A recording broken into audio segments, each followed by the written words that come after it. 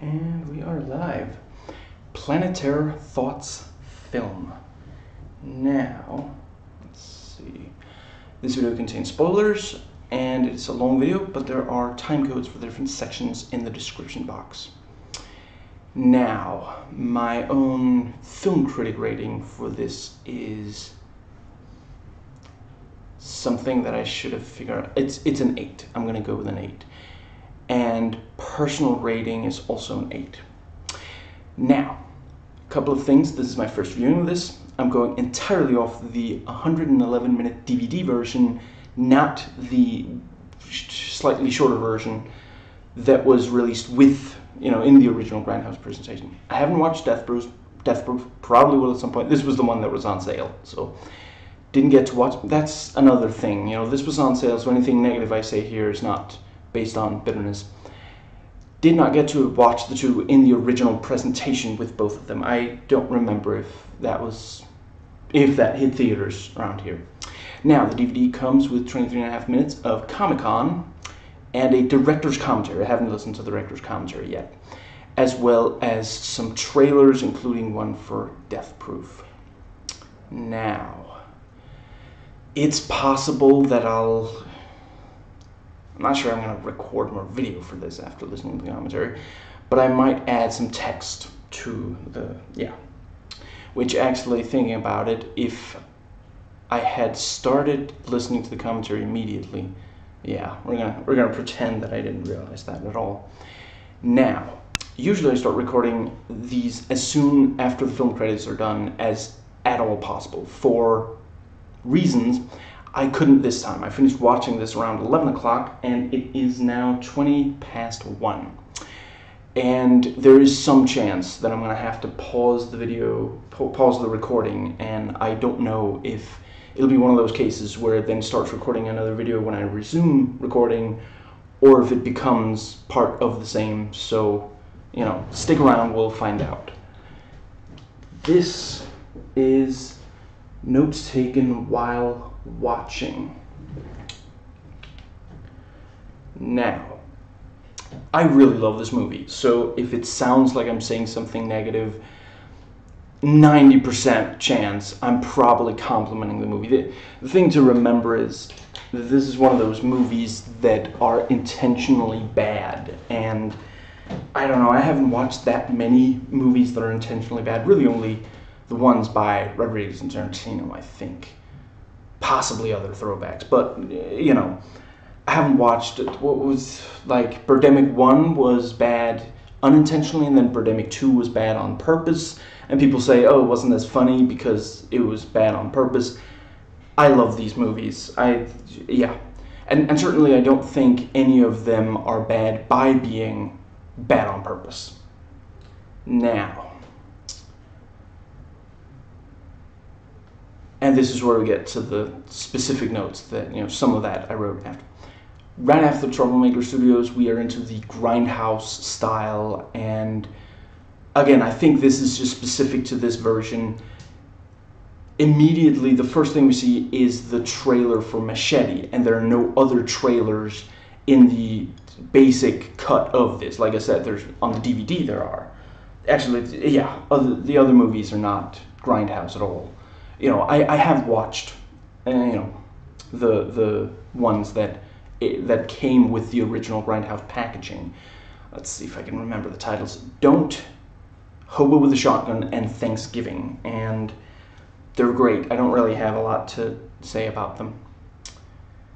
And I don't tend to, these videos are about stuff I specifically watched on DVD, and almost always not bonus material, except for, if there's something. I'm not going to review an entire bonus material thing. I'm going to mention stuff if it's in relation to the main thing. But movies, TV shows, video games, but not bonus material. And there's a, production logo kind of thing. RIP, Rodriguez International Pictures. I quite like that. And right after the sexy dance, the movie shows us her crying, telling us that she hates it. Thus, it has its cake and eats it too, showing her sexy, but also showing her hating sexualizing herself, because she's a strong woman. And I'd like to believe that Rodriguez is both intelligent enough and has integrity enough that this is completely intentional subversion of the genre rather than just living down to it. But I would say that, I don't know, it's always, there are problematic issues to his depictions, whenever, his depictions of women in his movies. And I'm sorry, I really wish there weren't. I'm not going to make excuses for it, but yeah. And Cherry leaves the club after quitting her job. And several trucks of military men pass. I've seen a lot of movies where a character talks about removing the balls of another character. Con Air springs to mind. Watched it recently, still an amazing movie. Or them not having balls at all. This is one of the rare cases where we literally do see balls removed. And I don't think, I didn't get around to noting it, but not only do we have this character who, removed, was it that he typically removed other people's balls and then someone tries to remove it? There are so many characters, so many different, anyway. But, there's this bag full of removed balls, and, what was his name, Abby or something, the chemist, land, face first in the bag, one open bag of, If I had to, I did find the castration bits funnier in Sin City, but I will say this was very effective. They were very, I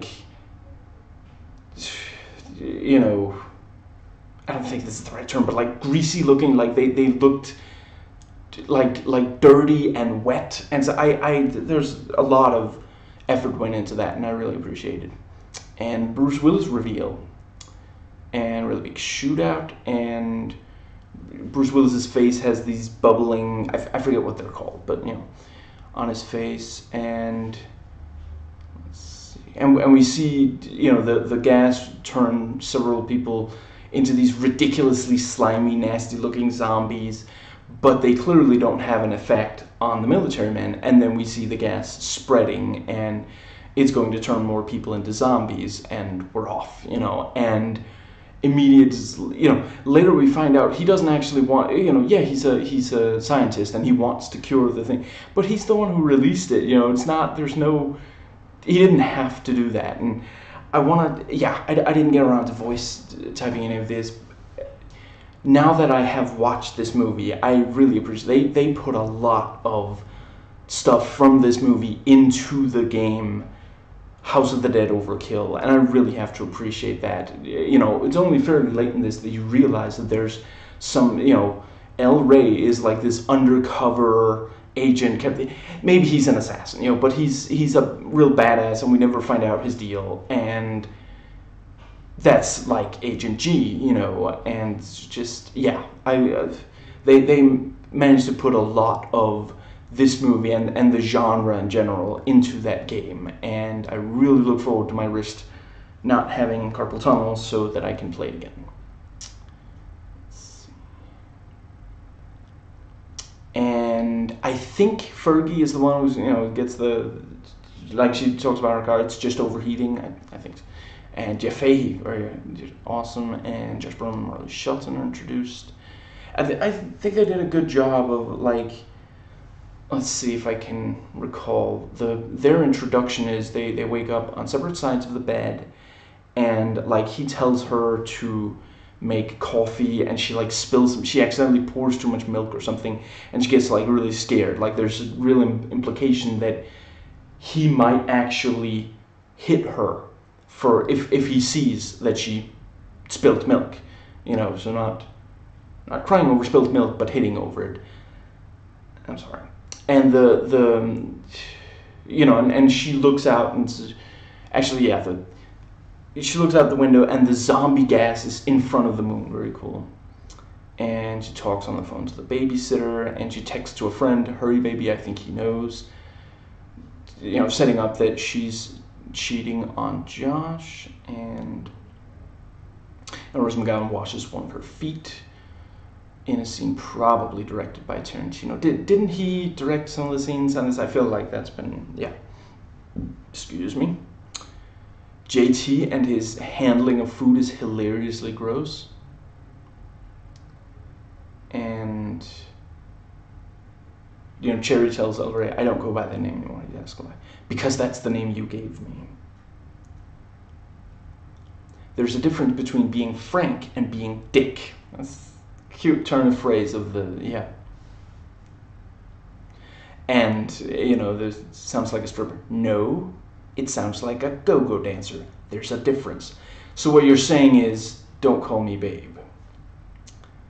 And the doctor from Machete, I think I knew from somewhere that he was going to be in this, and I forgot to turn the light on, excuse me.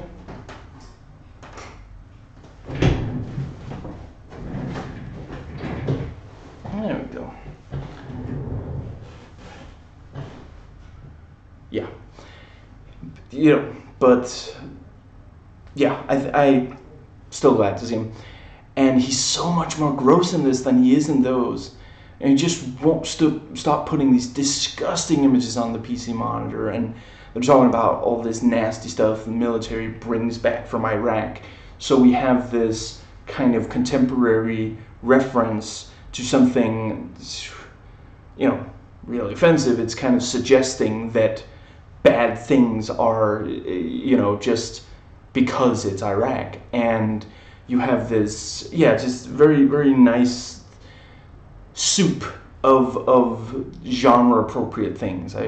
Yeah. And let's see.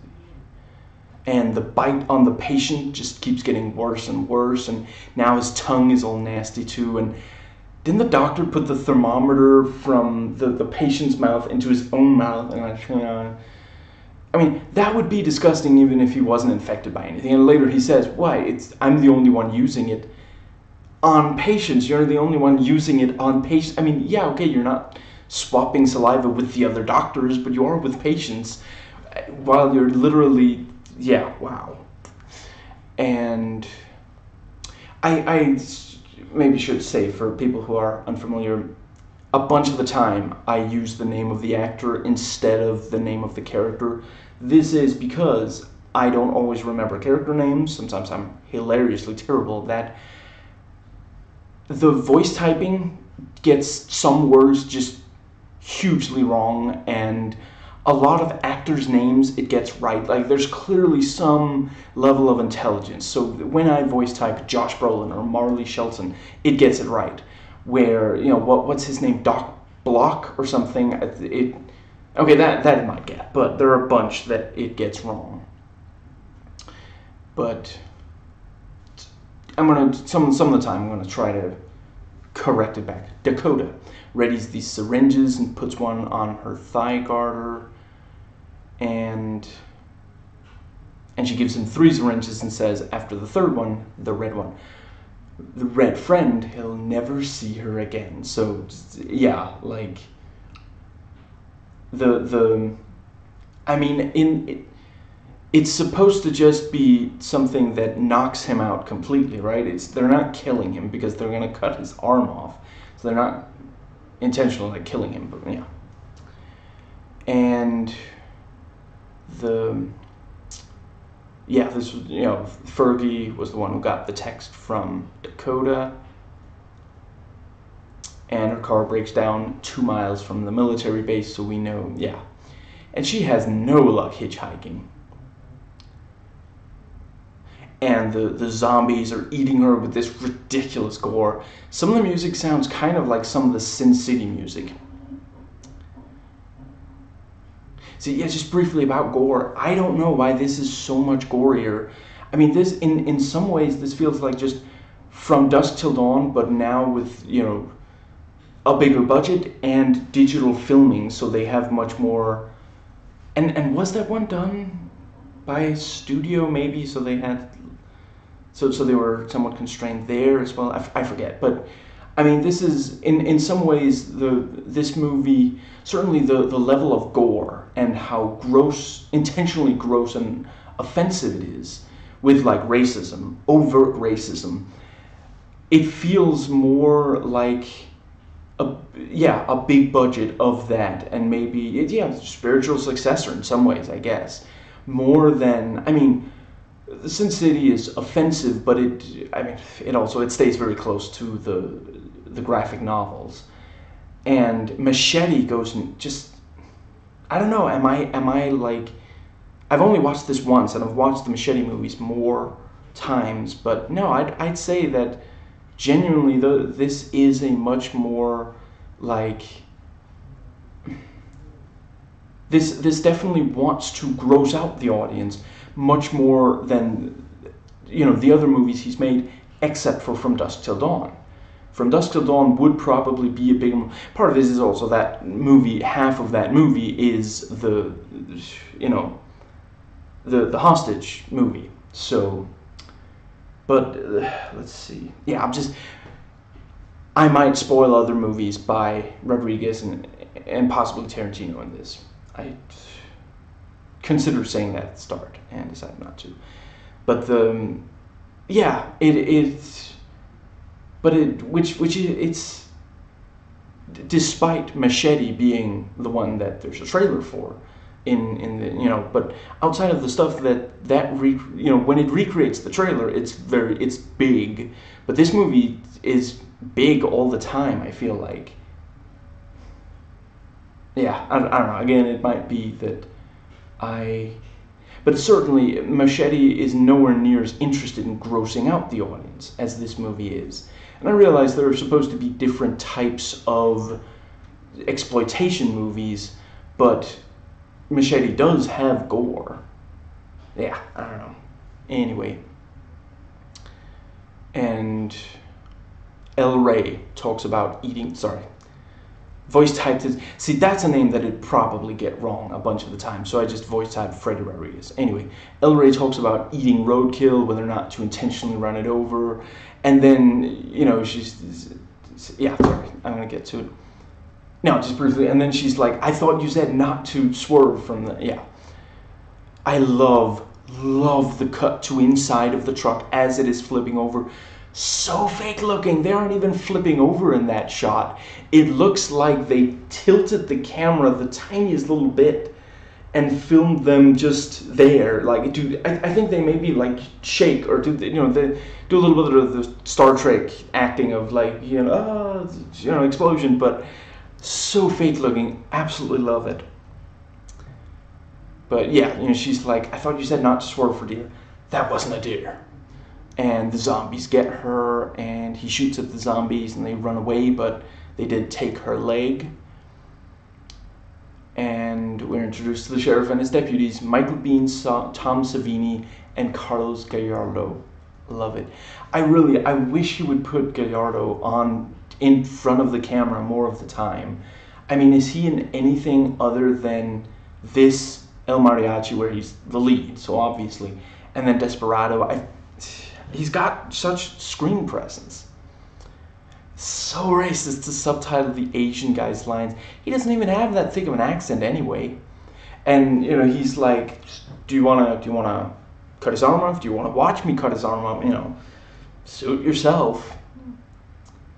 I really love the sheriff. Sorry, no, his name I just don't remember. Sheriff Michael Biehn's questioning of El Rey. He's just so repetitive, and of course El Rey has a record, and there's this running thing of the sheriff just won't give him a gun no matter how obvious it is that he should give him a gun.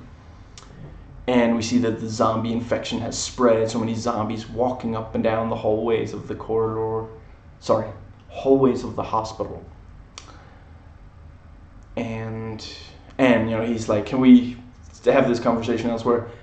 It's exactly what I was going to say, and he cuffs him, because that always happens in the exploitation movie. The guy who understands what's going on and is trying to warn the authorities, they're like, I don't really believe your story. You're coming with me. I'm going to put you in a cell, and I'm going to leave you in that cell so that plot can happen.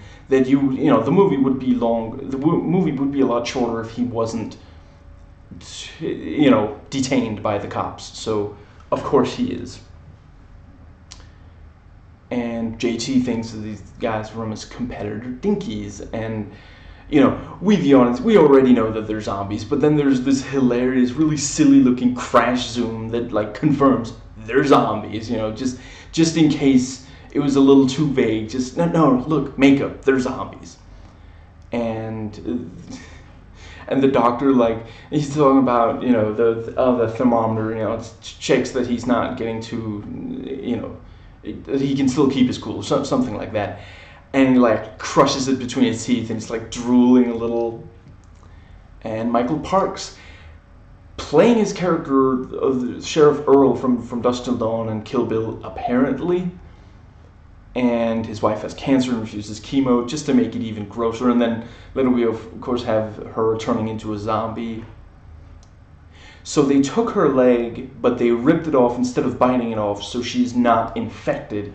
And she's crying again, and it's shown over and over in all these shots. And I think it's supposed to be like her makeup running in like one shot, but it just looks like which is probably the intended effect, you know, it looks like they just took a little bit of like, I don't know, like, I mean, usually it would be like mascara running, but she hasn't been wearing mascara.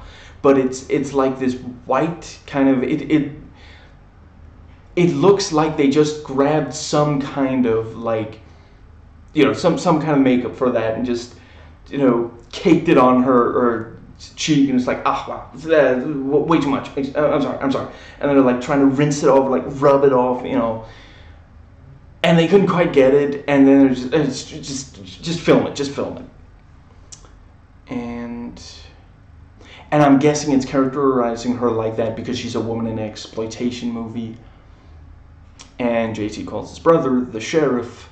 I really love how everyone is related or knows everybody else in this movie. Like, is there a single character that's like, just nobody knows this guy at all? I don't think there is. I think every single major character, let's see, Bruce Willis, I'm sorry, Naveen Andrews, I think is his name, Marley Shelton, Josh Brolin, let's see, Ross McGowan, El Rey, the sheriffs and the deputies. Yeah, everybody knows at least one other major character in some way.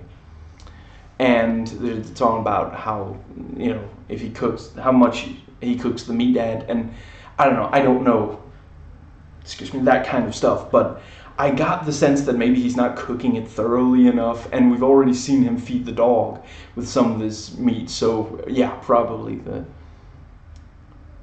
looks like a no-brainer. What's that? And they flip it over. No brain.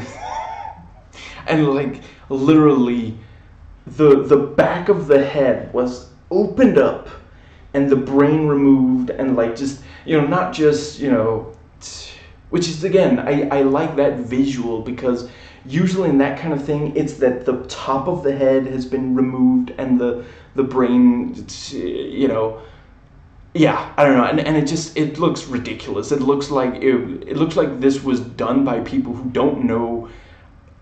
The human skull is actually kind of difficult to get through. The reason that you would more likely go through up here is then you can just have the saw move all the way around. But for it to be from back here, they would have to crack the skull with some kind of like, and then like open it until just, it's so much more different, and it also makes for that really great reveal of having to flip them over to show, you know, no brain. That's no-brainer. And now, you know, Doc Block knows for sure that Dakota was leaving him for Fergie. I don't know, maybe I'm wrong, but I feel like her character's name, Fergie's character's name, is, I'm sorry, Stacey Ferguson, as she's credited in the, you know, I feel like her character name is racist. I'm not 100% sure, but I'm not going to use it. I'm going to call her Fergie. And the doctor keeps stabbing her hands with her own needles, and, you know, the sedative for her hands. And he confirms, you know, she sent the message to Fergie, who received it by holding up the two pagers.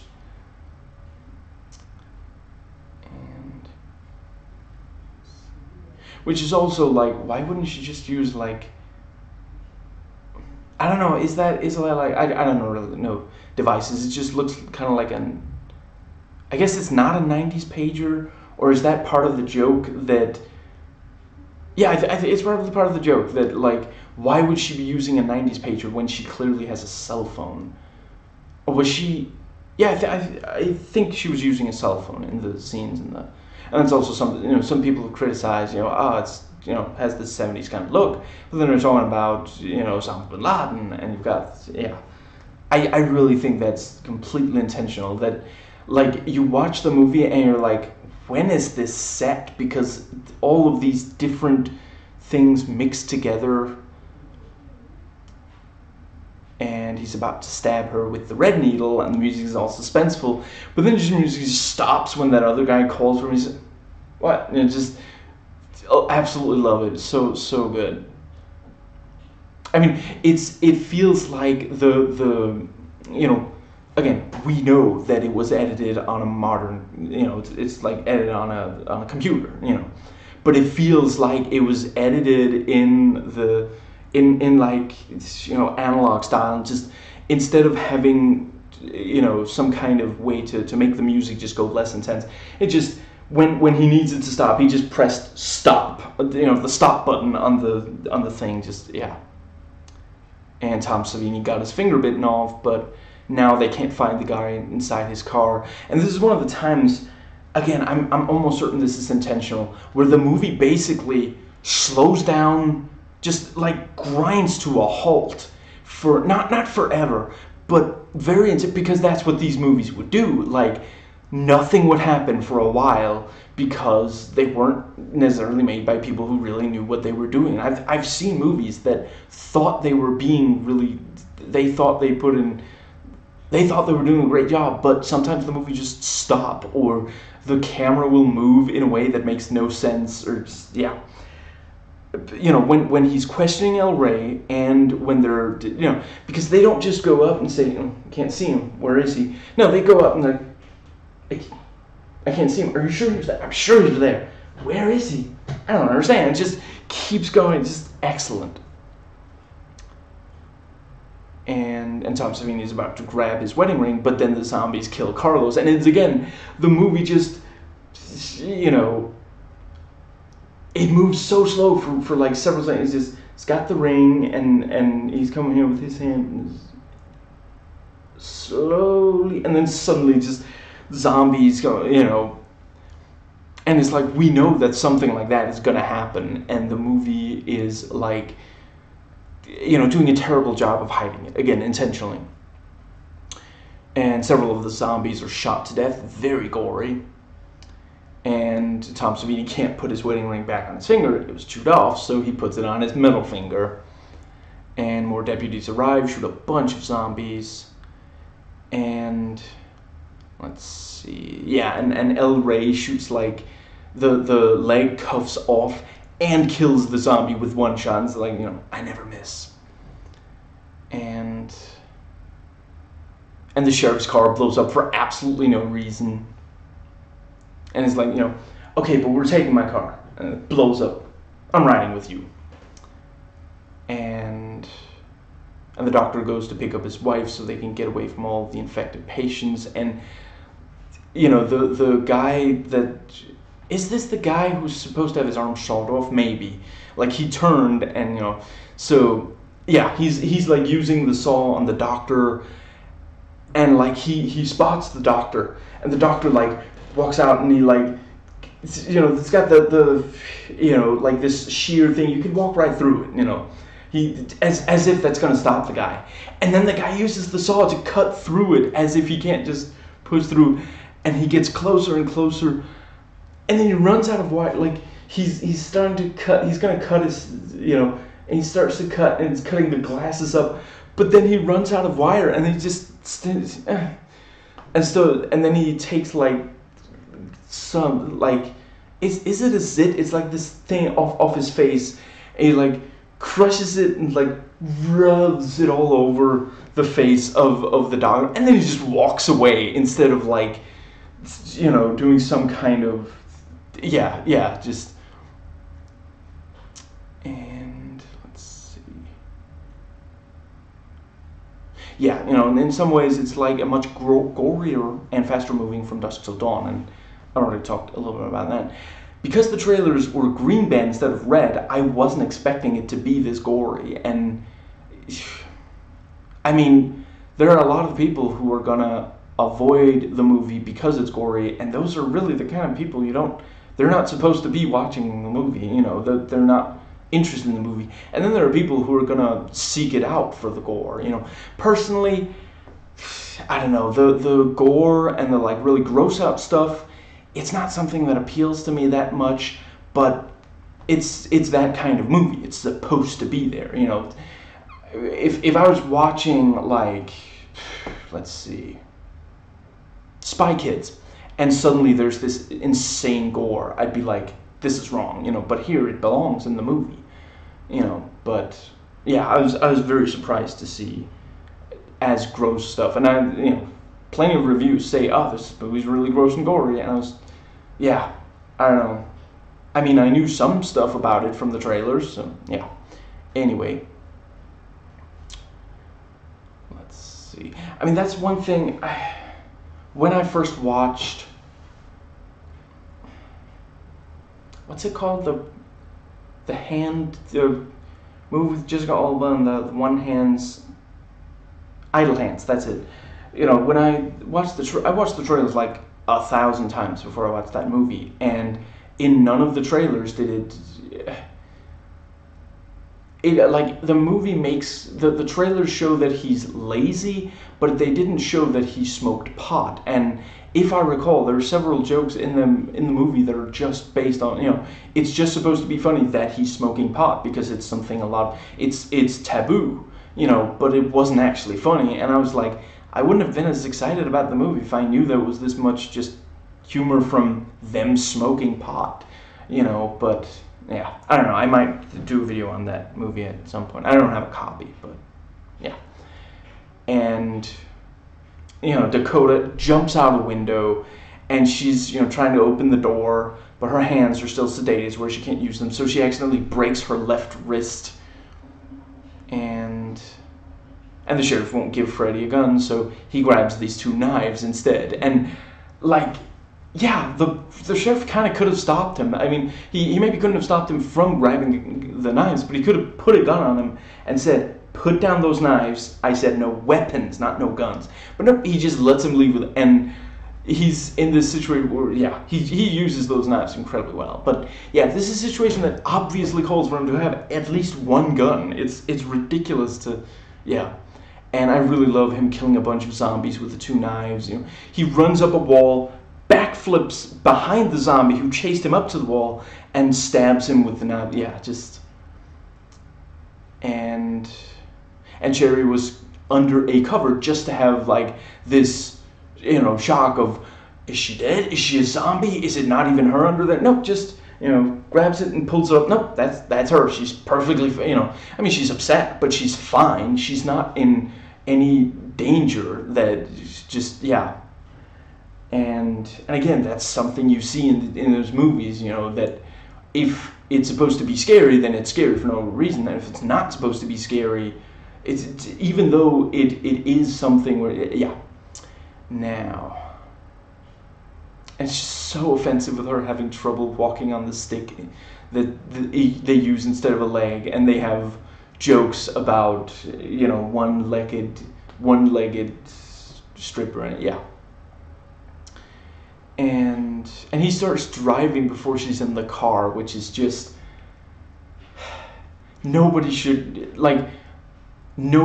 ever start a car before the other person is, you know, completely, like, you know, I'm talking like preferably seatbelt and sitting, you know, just, yeah, except if it's like a life or death situation. And I mean, if I sound like I'm talking about someone I know personally, and, you know, you've got the crazy babysitter twins. There are a lot more fun in this than they are in the Machete movies.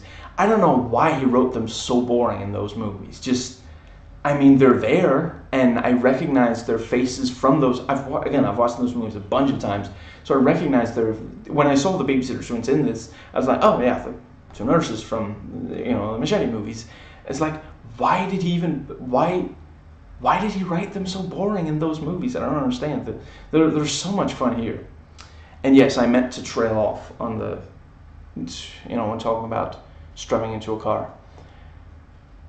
And I love how Dakota has like no patience for them, and not even that much for her kid. Like they're sitting there, you know, they've got their legs, you know, crossed over to each other, and they're like painting their fingernails, and they're, you know, on the phone, and then one of them's like, "Don't swear in front of the kid," in Spanish, and he's like, "Whatever," you know, and just.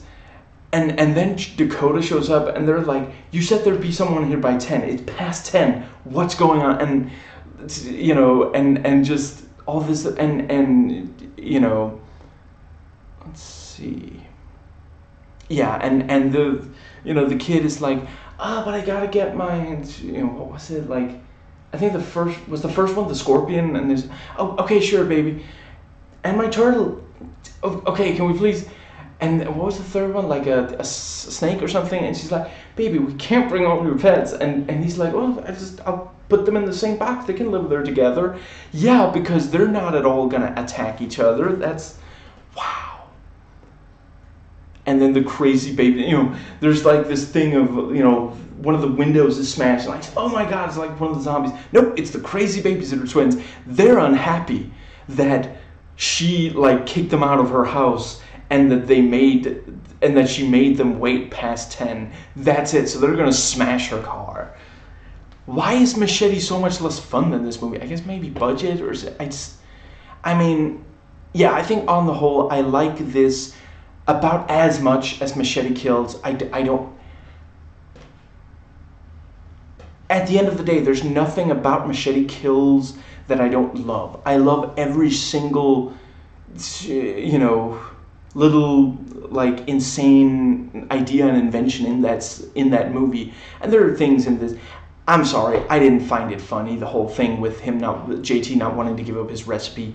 Maybe it's a Texas thing. I know, you know, Rodriguez like lives in Texas and spent forever in Texas, so he's super used to the yeah, that culture, so maybe it's a Texas thing, I don't know. But no, I just, in Machete Kills, there's literally nothing that I would, I mean, I guess you can talk about tone, but I really don't think it's a problem. I enjoy the tone. Maybe it's too funny for a lot of people. I guess I can understand that, but at least it's a fun movie.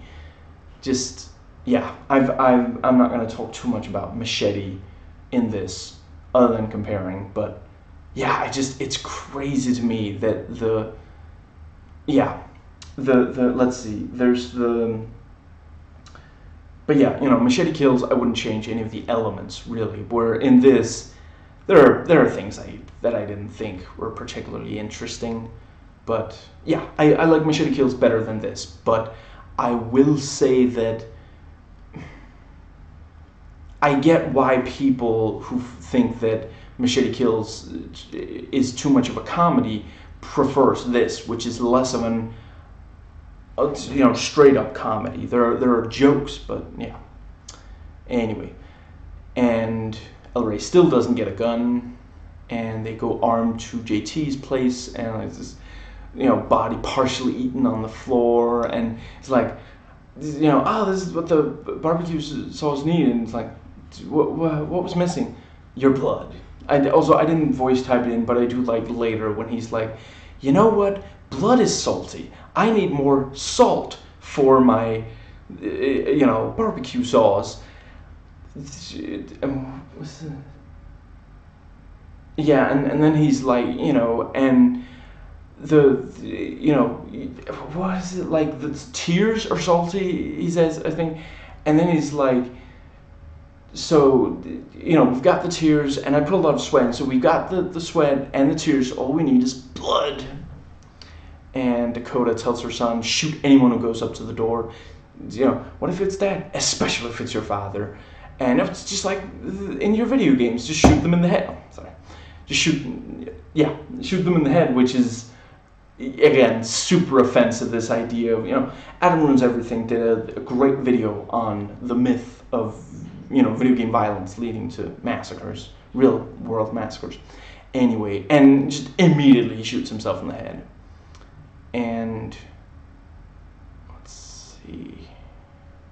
Yeah, just briefly, apparently Rodriguez himself had issue with this entire thing. I don't know why he didn't just remove it entirely, but there's like, he made a special cut for Rebel Rodriguez, who plays Tony, who is his own son, because he feels bad about killing someone else's kid, which I don't know what that says about him, that he'd be comfortable with it as long as it's his own kid. But apparently the kid himself doesn't know that he dies in the regular cut of the movie. And I mean, as long as Robert Rodriguez keeps him off the internet until he's comfortable with him knowing, yeah, I don't know why he didn't just remove it. It's just, yeah. It wouldn't be difficult to make the movie without the kid. Just have it be that Dakota is picking something up from the house, the babysitter twins were keeping an eye on it. And just, and then, it gets ruined by a zombie in the car or something. I don't know, just, yeah. I get why he's upset about it. I don't know why. I'm not going to go too much into that. This is not about psychoanalyzing people. But I might talk about that in the third section about Wikipedia and other sites, because there's some stuff on IMDb about that. Now, and we see that Earl is Dakota's father, and like he's like, I told you I didn't want to see you again. There's like 12 zombies behind her, and she's also like, Dad, come on, just wow. And JT has several escape vehicles, and there's like this bit where like El Rey is like, I love when you say, yeah. Also, I'm gonna swear in this video, same as they do in the movie. He's like, I love when you say fuck you, and then it's like, I don't know, maybe half a dozen F-bombs in like 30 seconds or something, just ridiculous. And is that maybe also like a thing, like in those movies there might be like strong language and such, but only in like a small part of the movie maybe or something, I don't know. And it turns out he was going to propose to her, and the ring was in the jacket, which he keeps reiterating he looked for 2 weeks. And, suddenly, I mean, she said, I left because you were being an asshole. But then, you were going to propose, then you're not an asshole anymore. Because that's the cliche in movies, it's always just, yeah, suddenly everything's great between them again, and just, yeah, because he was going to propose. Let's see, and ridiculously gratuitous sex scene between them, and, got these porn poses instead of just having regular sex, just this really, it's clearly just there because people want to see, you've got these two attractive people there, so, yeah. You've got to do this. Which is actually, I read once, I think, was it a video? I think it was Cracked who did like video article or an article about a video where they talk about how the sex scene in Desperado is actually super awkward. And I mean, in that, I don't think he's intentionally making it awkward. It's just like, oh man, people would really want to see Salma Hayek in this position and in this position. In this movie, it's definitely that there's, I mean, if you want to see Rose McGowan naked, that's not, what was that movie, Doom Generation, whatever, something like that. Let's see. And, missing reel, and suddenly the barbecue place is on fire, and just, yeah, it's really great. We have no idea what happened in the time in between yeah. Tom shot the sheriff, shot by his own deputy. And Dakota is like, she looks like she's just crazy. She's sitting there talking to Tony's corpse. And And then, now the sheriff says about El Rey, give him a gun, give him all the guns.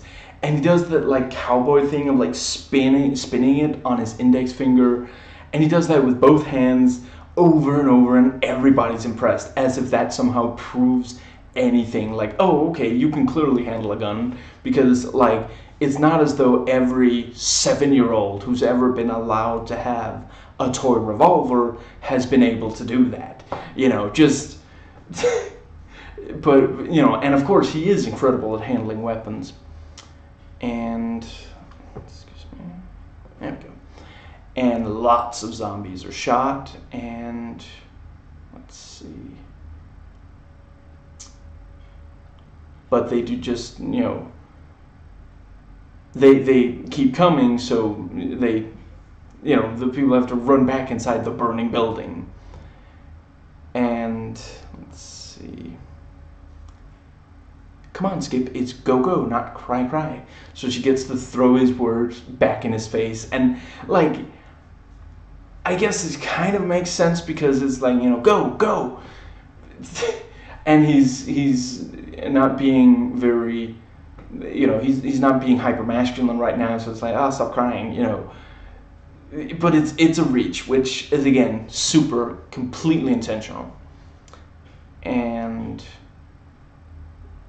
El Rey is shooting gas tanks, causing big explosions, really big, cheesy, and and the sheriff is like clearly dying, but he gets to drive the truck. There are so many better choices to drive the truck.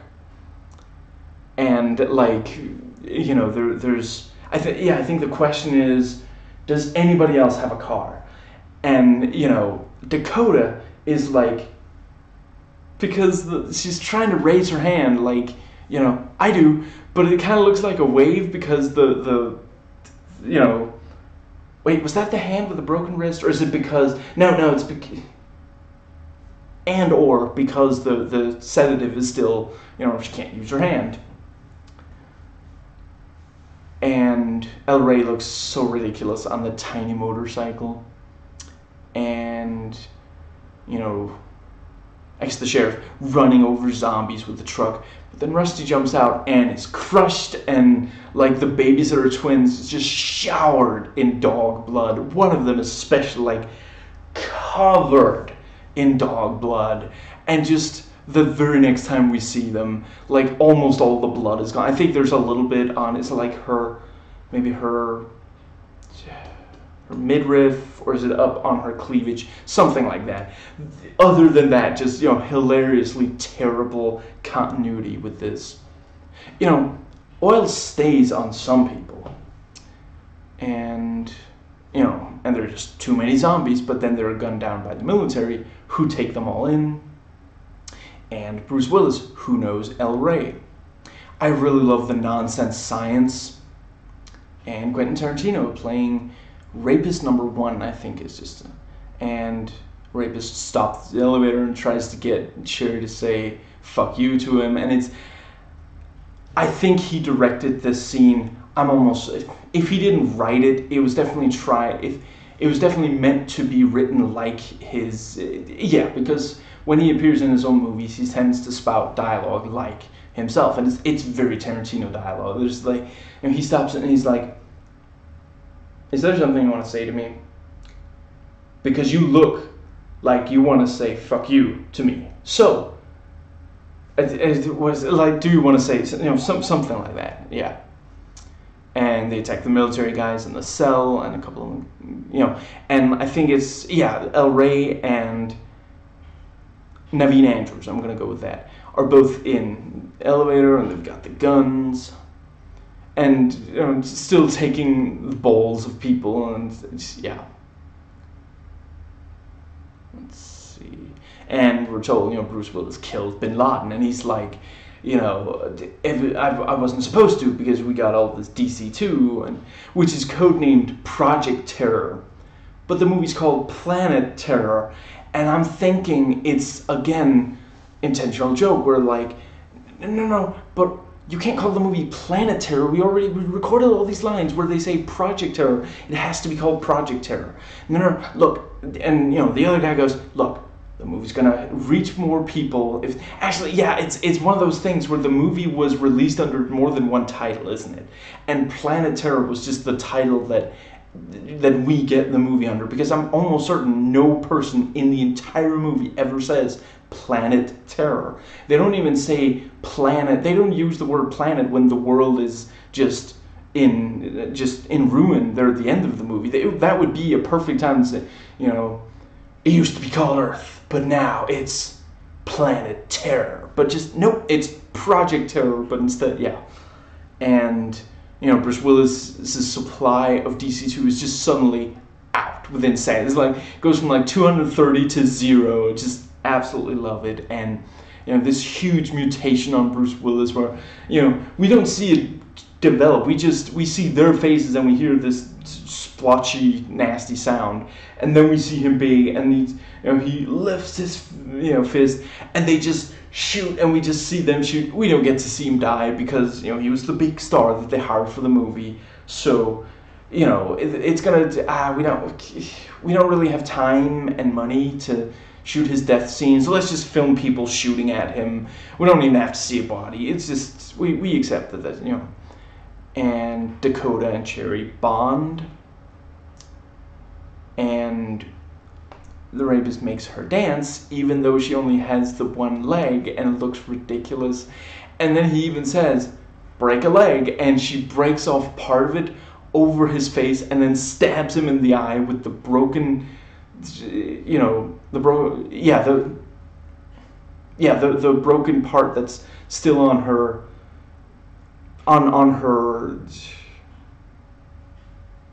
that's still attached to her, and it leaves this shard in his eye socket, and he's still alive. I love that doesn't even kill him. And then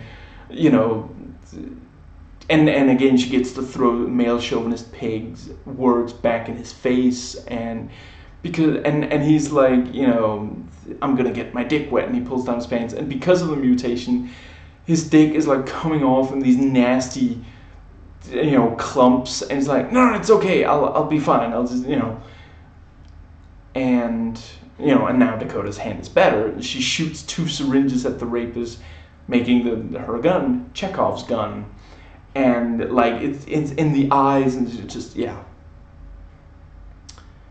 and now Freddy puts the assault rifle on her leg. There's less than 20 minutes of movie left. It's just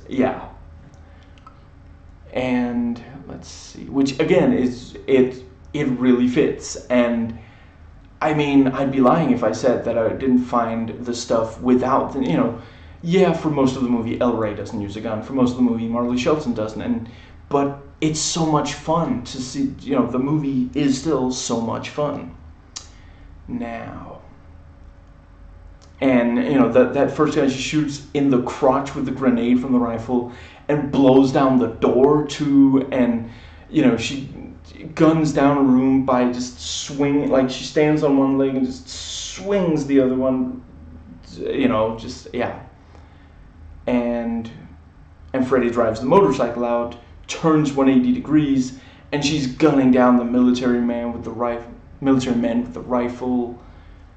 And she raises it and seductively blows the air away from the muzzle of the rifle, and the biochemist's head is blown up, even though he was trying to be super careful. And she's like, I don't suppose there are any other biochemical engineers around. I can't replicate it, but I absolutely love her delivery of that line. I love it so much I want to marry it. I just, Rose McGowan delivering comedic lines, I am never in my life going to tire of that. Just,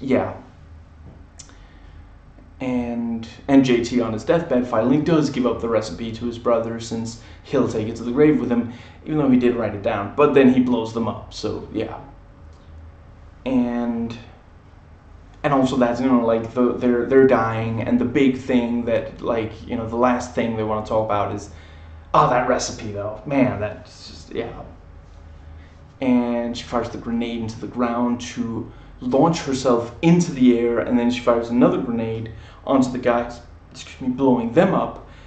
And after she lands, she spins horizontally on one thigh, gunning down a bunch of military men. And she blows up a car with a rocket and then like flips over to dodge the car, because it blew up and it's like flying through the air, and it would hit her if she didn't move. And then there's this guy who launches a rocket at her, and she, she's lying on the ground. She's lying on the ground, and then she does like this. Yeah. You've seen the movie, presumably, if you're watching this video. That's the idea. And suddenly there's like these sunglasses, and she puts them on. It's, yeah. And she saves her life. El Rey saves her life by shooting this military guy, and then he gets shot in part in his knees. And, the Doc Block, who somehow is still mostly human, even though he's been infected for a long time. He's got the stuff all over his face. No, he should have been infected by the thermometer by itself. So yeah, he definitely should be a zombie, but, and he tries to stab her with a syringe, but then her father shoots him, saving her, and he's like, I always hated that bastard. And the crazy babysitter twins argue over who flies the chopper. And he uses the helicopter blades to cut down a bunch of military zombies. I have to say, I find it cooler here than in 28 Weeks Later. But yeah, I'm going to talk a little bit more about that later. And there's, okay, use the windshield wipers. And yeah, windshield wipers on a helicopter. Why not? And, obviously they needed to use them, so they exist now because covered in blood. Yeah. And El Rey is dying, and Cherry cries again, but he impregnated her, so it will be 2 against the world. I never miss. Wow. And again, it's like, that's so messed up, because there's like, the 2 of them being together, but, just the 2 of us against the world. Oh, but he impregnated her. So that's, that's what better for, she's a woman, so she's going to get pregnant. And, that's what, yeah, as if it's as good as if he was still alive and they were together, yeah. And Dakota yells, reach up at Cherry, like they said in the earlier scene. I thought they were going to do a gag with her, like, not being able to get... At first, like, the rope comes down and her hand goes, like, can't quite... I thought they were going to make a thing of that. I don't know. Yeah. Now, as far as I can tell, the assault rifle leg was used for maybe 10 minutes of screen time. Not 10 minutes in a row, but between her getting it and the last time we see her use it, I think 10 minutes pass. Despite being prominently featured in the trailers, which, again, that's accurate to Grindhouse movies. Most of the movie is without the characters on the cover using their guns. I realize there's more than one cover, but there's this cover where, you've got Dakota, and she's got the syringe. You've got El Rey, and he's got the gun with the scope. He barely uses that at all, does he? He only uses that very early on. Or am I thinking? I don't know. And she's got the assault rifle leg, and the cover also has Bruce Willis and Josh Brolin, but it's the other 3 that I'm talking about. They've got these guns that you want to see them use those guns, and most of the movie passes without them. For the Dakota spends so much of the movie with her hand sedated. El Rey keeps being denied having a gun. And the assault rifle is only given to her near the very end of the movie. But I guess it was because he made it with the help of the biochemist, and that's why she can fire it even though she doesn't pull the trigger. And I don't know, I guess it's her leg muscles or something, yeah. And just ridiculous ending with her leading this exodus, and now she has a Gatling gun for a leg, and she guns down zombie, and everyone is smiling and laughing on the beach. so cheesy. And then we've also got off in the distance, like, Earth is basically toast, you know, but there is this beach, you know. What was this she said? This country that I created, this place I created for, something like that. But yeah, the movie is 96 minutes without end credits, and 101, 111, wait, 101, I guess. Wait a second, because 20 minutes less than an hour, I guess. Yeah, sorry, it's because it's, no, never mind, can't, yeah, never mind. And I believe that's Rose McGowan singing over the end credits. Rick Perry is thanked in the Filmmakers Wish to Think section. To be fair, this movie came out before he ran for president, and Bush was president at the time, so Perry looked good by comparison. And at the very end of the credits, somehow Tony survived and is looking at his pets on the beach. And I might go more into it. If I don't go into it, it's in the... One second. I believe it's the frequently asked questions section of IMDb is where... Yeah. Now, that brings us to the next section.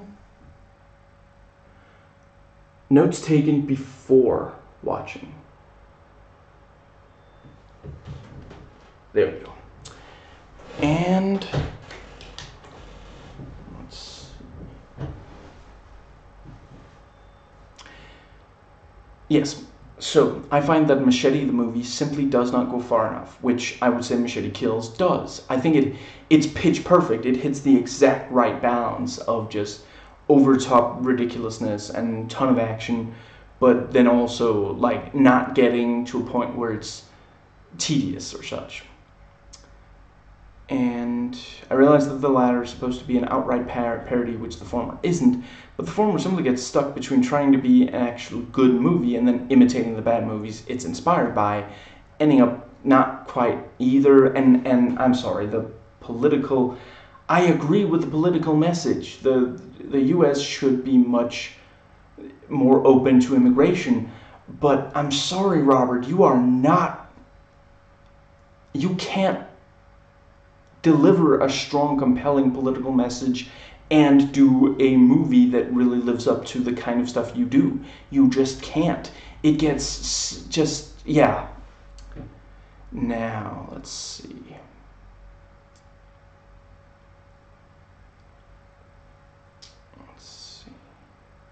Again, isn't it the audience reaction track to the first Machete movie when the senator is saying the stuff that we're obviously supposed, you know, Rodriguez thinks that the senator is a complete moron, thinks that the stuff he says is incredibly hateful, but the audience cheers. His audience, Robert Rodriguez, Austin, Texas audience cheers at that because a lot of people in the South are racist, you know.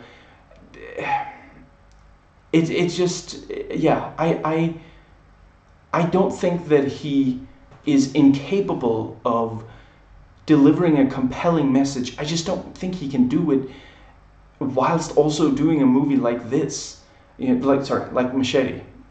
Yeah. Anyway. But yeah, Machete Kills feels like the bad movies that these movies are inspired by and satirizes them by going as far as it does. And I would say Planetary is as fun as Machete Kills, and you know, both of them, they're fast paced. There's a lot of action. There aren't that there's not really a lot of time that passes without action, and the action tends to get as big as we want it to, as fun as, you know. And let's see. But yeah, overall I do prefer Machete Kills, but I will say there are definitely things in this that, yeah. I'd say Machete Kills, again, every single, you know, there are so many major characters in that are just so much fun, and I'd watch an entire movie just about them. You know, Vaz, the Mendez, I'm sorry, I forget her character's name, but Sofia Vergara. Let's see, the chameleon. I guess that's it, but yeah, just, I mean, the characters are fine in Machete, but there's so much more fun in Machete Kills. And yeah, I'd still say Machete Kills, more fun than in this, but not every movie needs to be as, yeah, and I do enjoy the characters in this a lot. I think there isn't really a character that I would have removed. Again, I don't think Killing Tony was, but other than that, yeah. And I really love how absolutely nonsensical it is that this movie is supposedly, I mean, must be, right, in canon with From Dusk to Dawn, maybe not so ridiculous, but Kill Bill, which, well, again, yeah, it's the fact that it already was pretty ridiculous, but taking that character and putting him in this movie, thus meaning that somehow the Kill Bill movies take place in this universe. This is ridiculous. Yeah. Now, let's see. Right. Something that this and Machete Kills both have in common is that Robert Rodriguez excels at coming up with cool weapons and ways for them to be used by characters. Here you have a machine gun for a leg, a gun that fires syringes, which is reloaded by the syringes she has on her thigh. And in Machete Kills, you've got the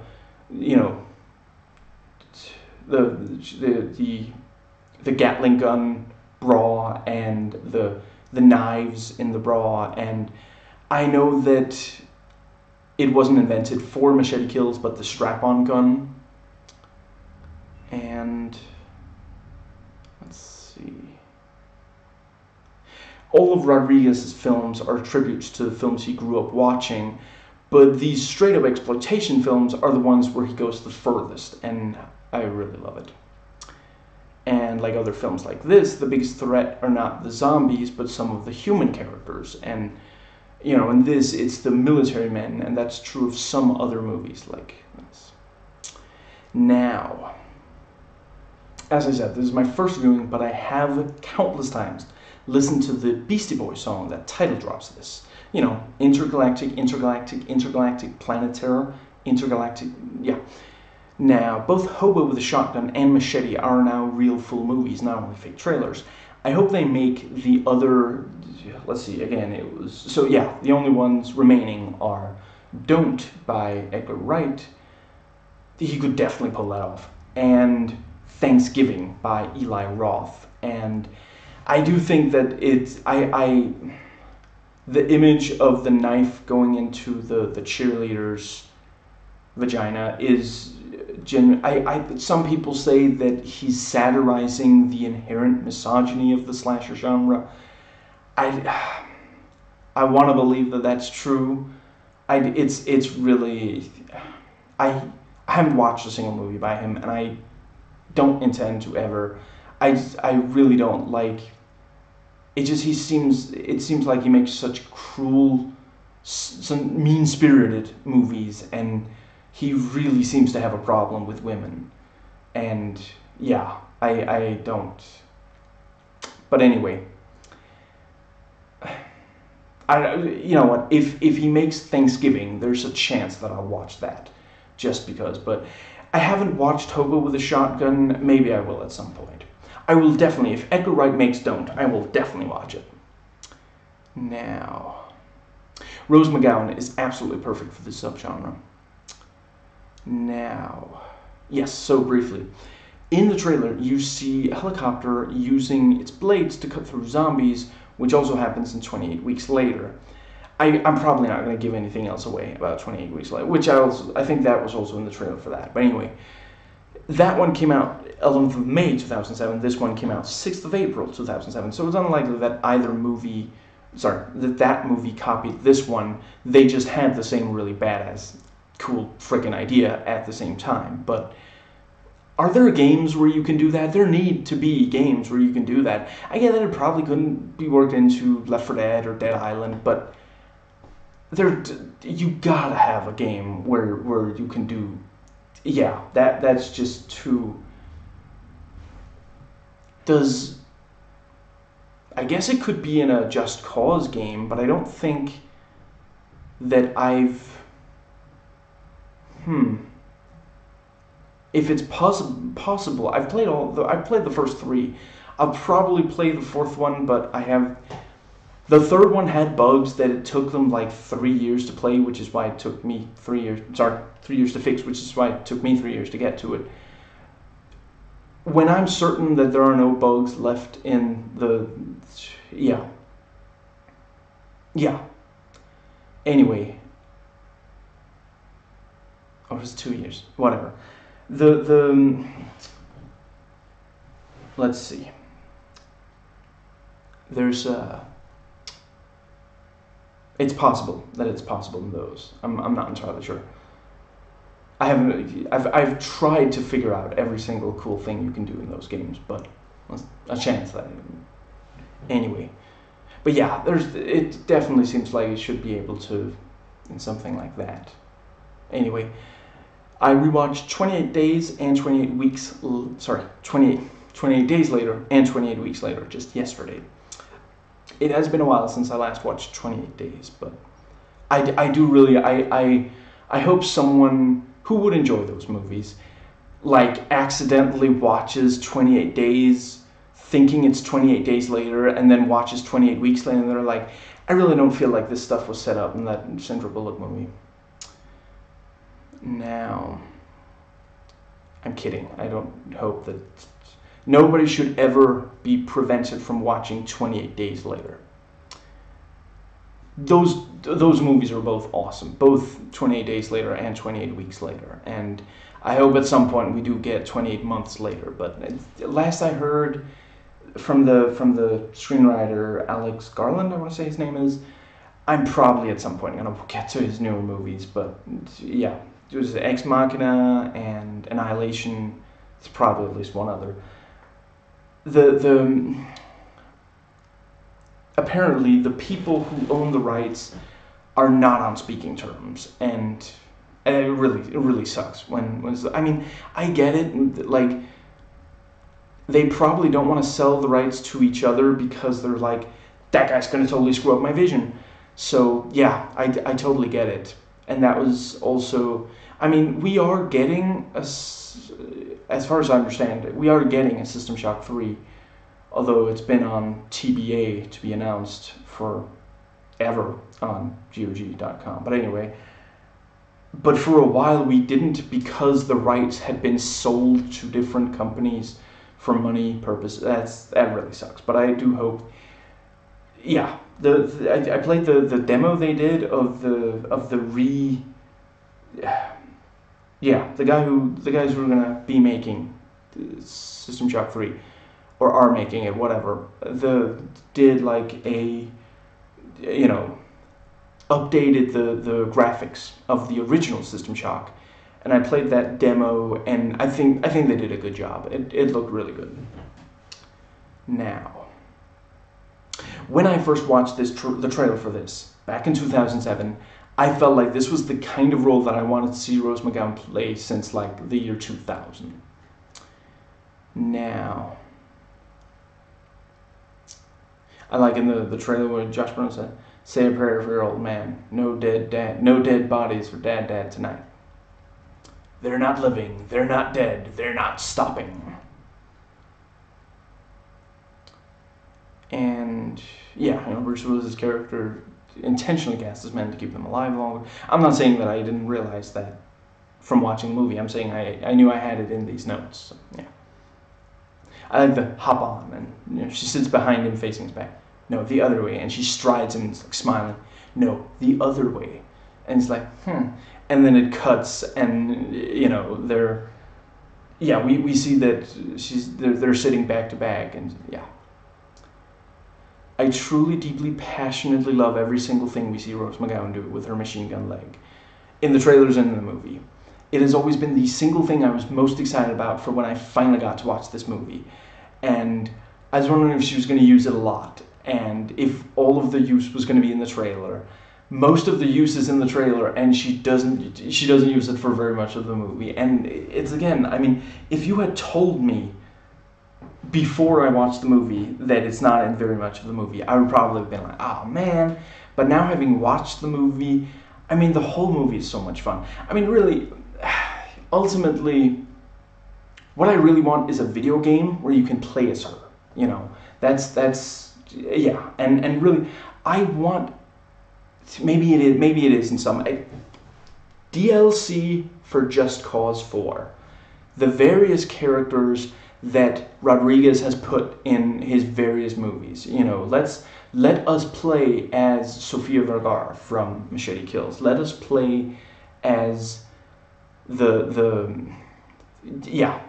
Cherry in this. I feel like the syringe gun could be DLC. Or an unlockable, yeah, maybe not DLC, or at least not DLC you have to pay for. Not if it's only that, but, you know. And, let's see.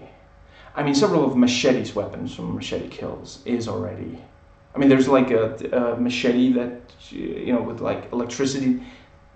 Yeah, I think I said in the video, or was that the part that got uploaded without sound? I forget.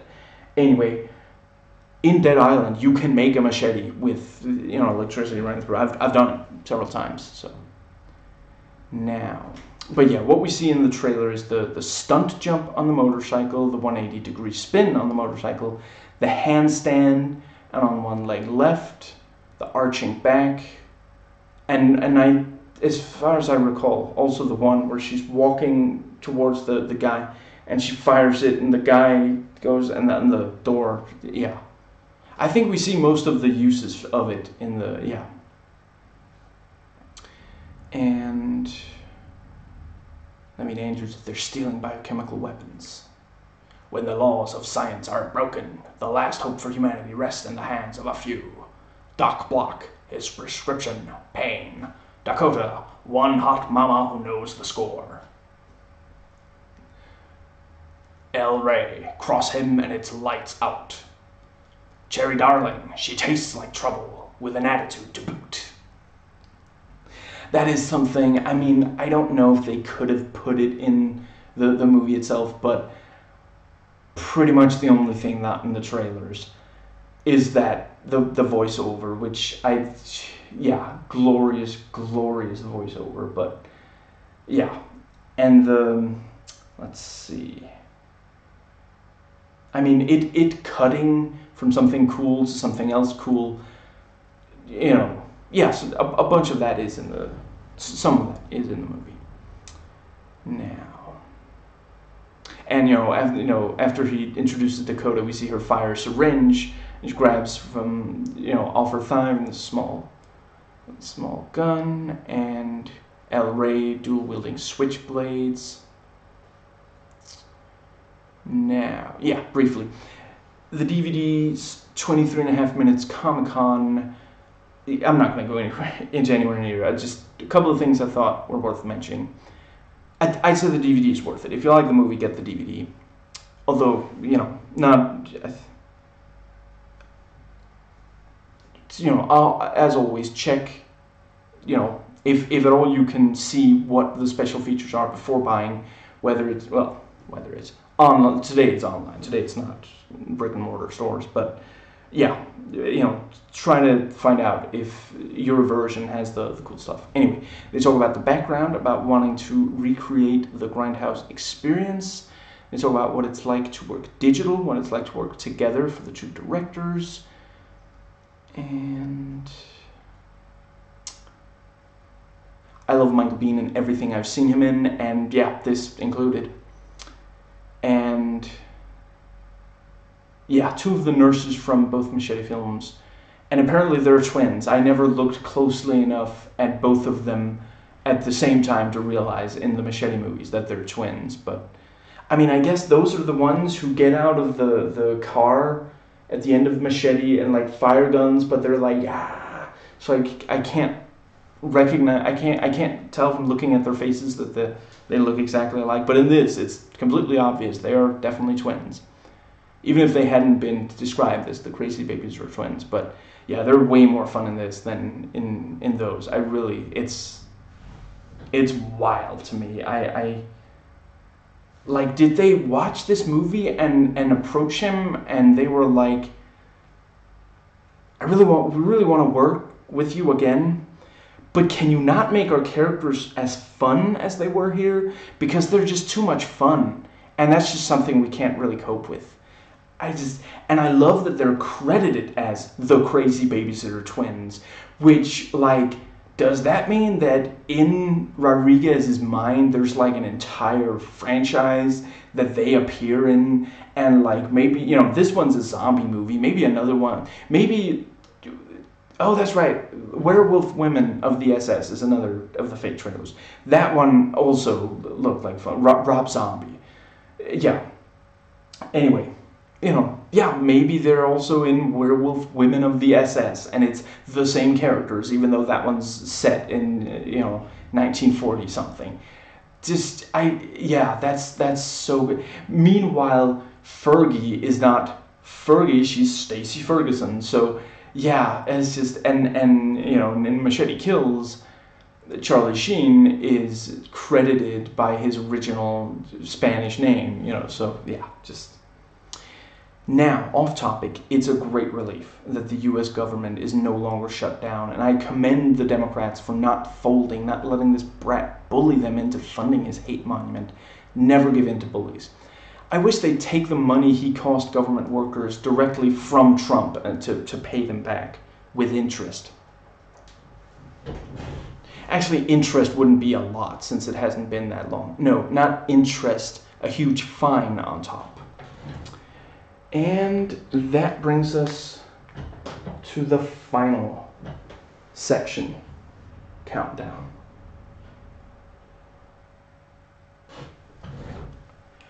IMDb, Wikipedia, and critics' sites. Now, when I checked, this had a 74 on the tomato meter, with an average rating of 6.3 out of 10, 27 reviews. Only 27, whatever. So just me, 20 of them fresh. Oh, because it's DVD, right? Because it's not wait. I forget if that was off Grindhouse. No, I think that was off Planetary specifically, which would help explain why only 27. Yeah. Anyway, with an audience score of 77%, liking it, and 3.7 out of 5. Being the average rating, and 181,621 user ratings. I think I'm just gonna I'm not gonna go too much into these reviews, but there are other things that I might, like trivia and such, but yeah, let me just real quick.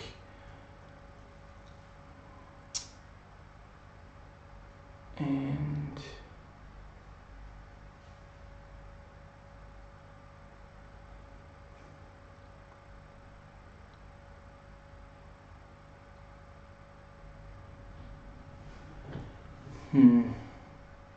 yeah, I guess I'm not sure I really have anything to add to reviews.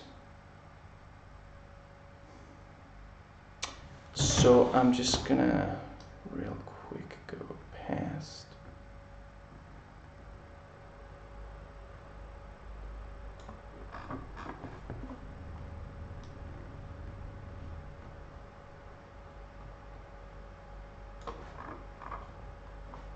That's a little bit too far. Excuse me. There we go. Yeah. And right. IMDb. Alternate versions. Let's see. The regular, the a 91-minute version was part of the Grindhouse double feature. A 105-minute single feature version was prepared as an international version. and the longer international version was used for the single feature DVD release in the United States. But 1 second, 90. I mean, that must be 91 minutes with credit. Again, this one is 96 minutes without end credits. So if it's 91 with, but it's 100 and, yeah, I'm not gonna think more about it. And I like the taglines. I'm gonna quote those. Fully loaded. You might feel a little prick. Humanity's last hope rests on a high-power machine gun. Right, just briefly, that last one is obviously off the poster that is only, Cherry with the machine gun leg. You might feel a little prick is the one where it's Dakota with the, let's see, I think it's her holding the syringe, not the syringe gun, but I'm not entirely sure. And let's see, Fully Loaded, I feel like that one's also off Cherry with the gun, or is it El Rey? I'm not entirely sure. Now, let's see.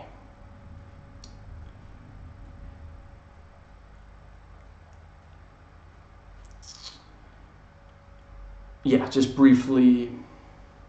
Yeah, I mean, yeah, the appearance of Bruce Willis in a minor role is a subtle nod to an old marketing trick often employed by grindhouse makers.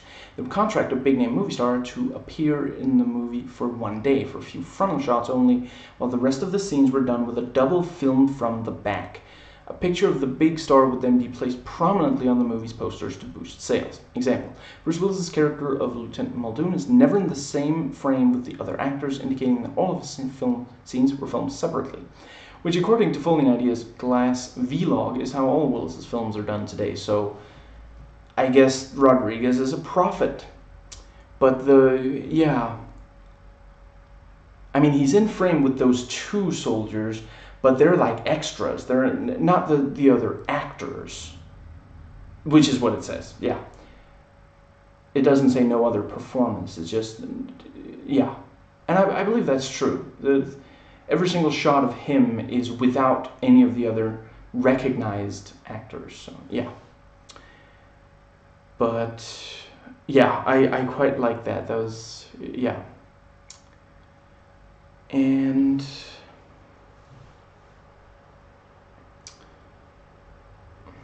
yeah, just Rodriguez almost beat the zombie movie craze, but he only got as far as 30 pages and ran out of ideas. He was trying to he was writing it back in 90, when he was making The Faculty in 98. It would have been cool. It would have been cool if he, what was the first new zombie movie? Was it 28 Days Later? Which is technically not quite a zombie movie, although 28 weeks later, they're certainly biting and eating. Or was that eating? Biting definitely. Which in the first one, it's more that they're vomiting blood, but anyway. I think I am planning on doing videos. I forget. I don't remember the entire plan. It's a very precise and complicated plan. There are a lot of movies on that plan. Yes, that was a Team America quote. I think I am planning to do videos on those two movies. I'm not going to shoot entire movies commenting on those two. I don't have that kind of budget, but I do have the dedication.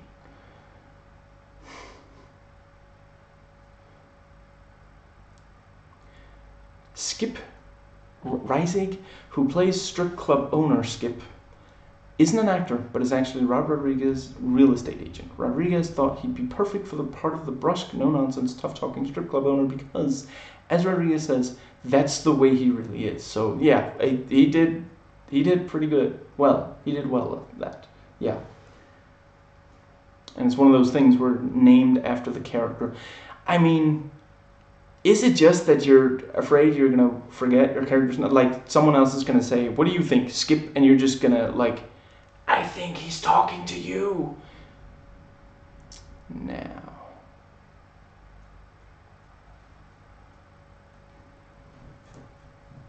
Let's see.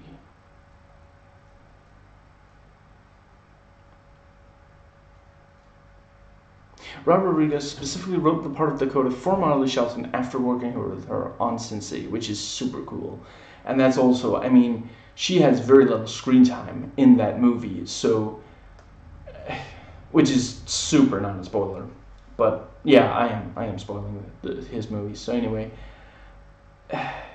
that's, yeah, but I see it. I definitely get how he got this character from her performance in that movie. She's very expressive face. Now, let's see. Oh, right. Apparently, the crazy babysitter twins are also in Death Proof or something. Yeah. Or they're playing other roles. Well, whatever. Felix Sabates, who plays Dr. Felix, is a real doctor and is Robert Rodriguez's personal physician. See, when I read that before watching the movie, I'd forgotten that Dr. Felix, because that's what he's called in the Machete movies, that was that guy. I guess I can see him as a doctor.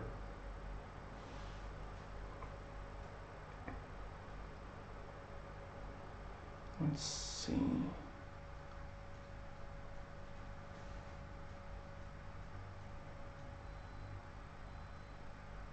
Rose McGowan has mysophobia, like the Drawfee Boys, to draw that, please. Fear of germs, and had to have the stripper pole sanitized before doing her dance routine. That makes a lot of sense. I hope she made sure that they cleaned that mirror as well, the one she licks. I probably didn't have to specify. That's pretty memorable. And let's see. While on set, Robert Rodriguez would play the soundtracks from Escape from New York and The Thing to set the mood for the movie. That's, yeah, cool and makes a lot of sense. Let's see.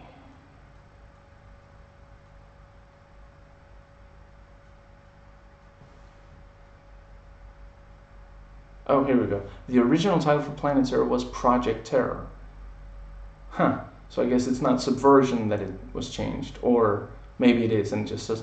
See, sometimes IMDb trivia needs to go on for just a couple more words so you know that, yeah. And yeah, here it says Sheriff Earl McGraw in, yeah, all three continuities, all four movies. And let's see.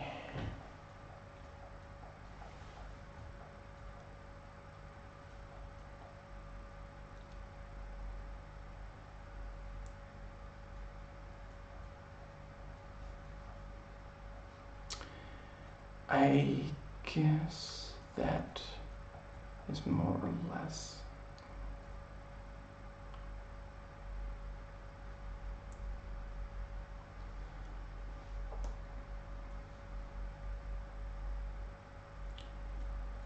And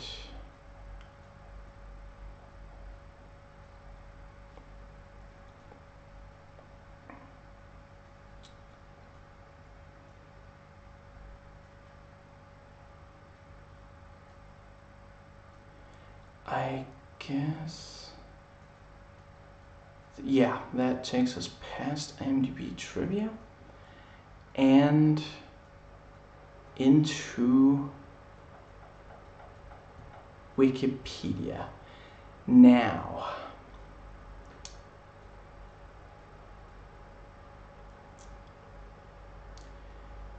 Harvey Weinstein.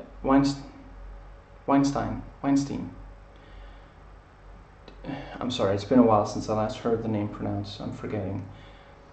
Did not want Rose McGowan to be cast in the film after he allegedly sexually assaulted her years earlier, and then blacklisted her from being in any Miramax-related movies. Rodriguez was dating McGowan and cast her knowing that it would enrage Harvey, and also that Bob would make Harvey get lost.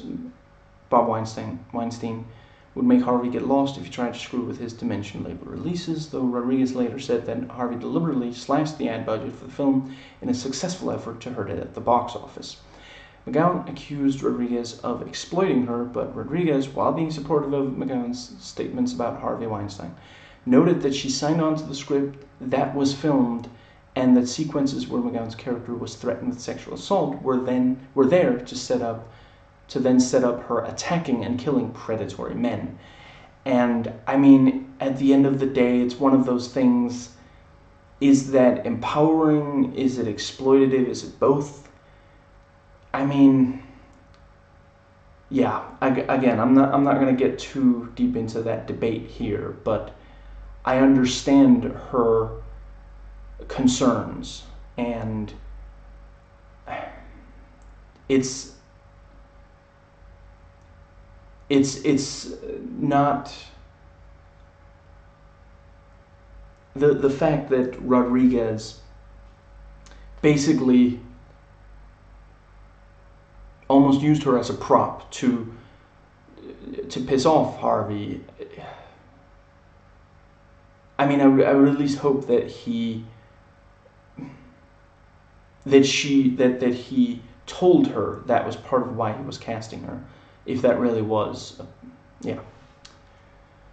Now, Wikipedia, and here I have the entire plot, and I'm gonna see if, I'm not gonna just read it out loud, but anything that I find that I think is worth noting. Let's see.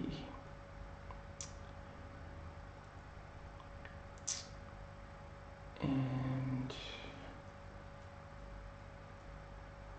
let's see.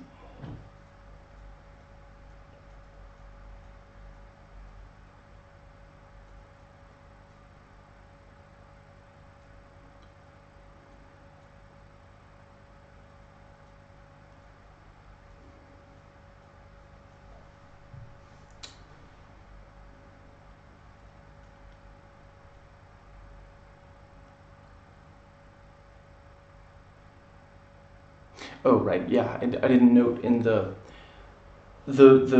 what El Rey attaches to Cherry's, you know, instead of her regular leg, is a wooden table leg, which is, of course, also you know, it's not just like a stick he finds or something. It's a leg. It's just not that kind of leg. And let's see.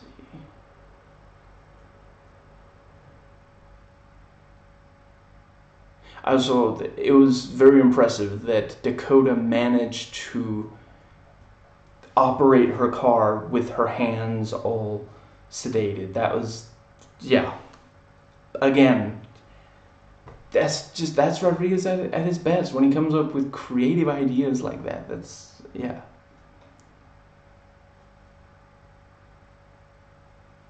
Now, let's see.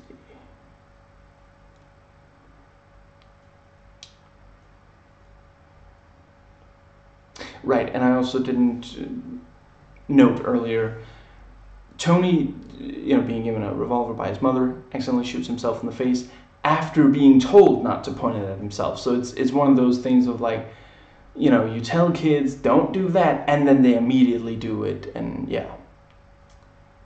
Let's see.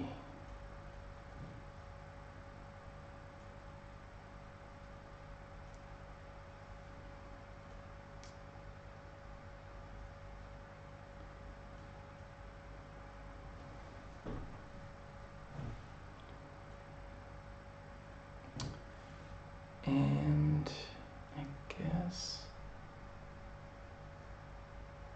and the, you know, when they are fleeing the, you know, JT's, yeah, it's, you know, they're fleeing to the Mexican border. And let's see.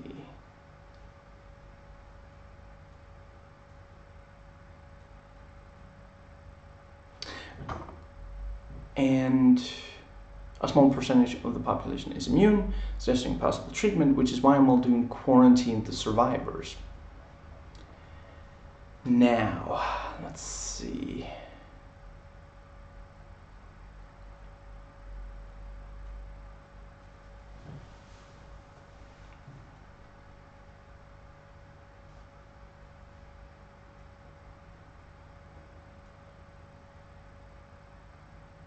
El Rey offers a respectful recognition of Muldoon's military service before he and Abby shoot the mutating Muldoon, which is also a nice touch. And let's see.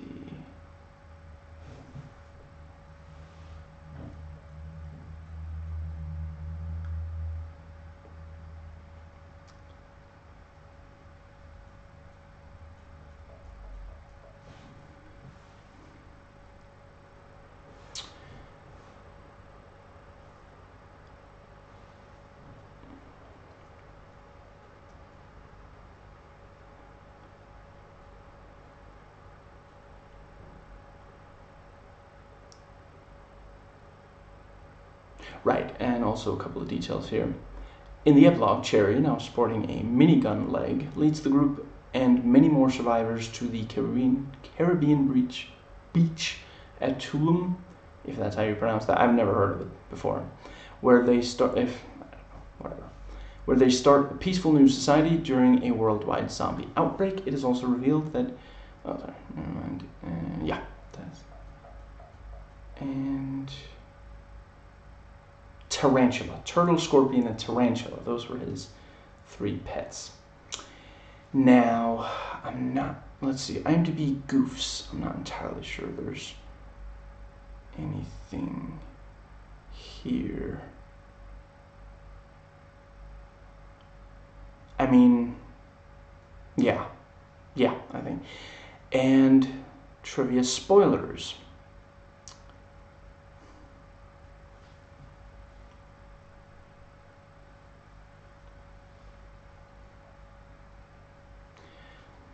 When asked about the ending, Robert Rodriguez said, "I considered it an anti-Army of Darkness-like ending. In Army of Darkness, Ash is returned to normal suburbia and battles the undead. In my film, Plantera, the characters are taken out of suburbia and now battle the undead in a more barren landscape." Has he not watched the original ending, the one that the studio forced Sam Raimi to replace with the suburbia ending in the theatrical?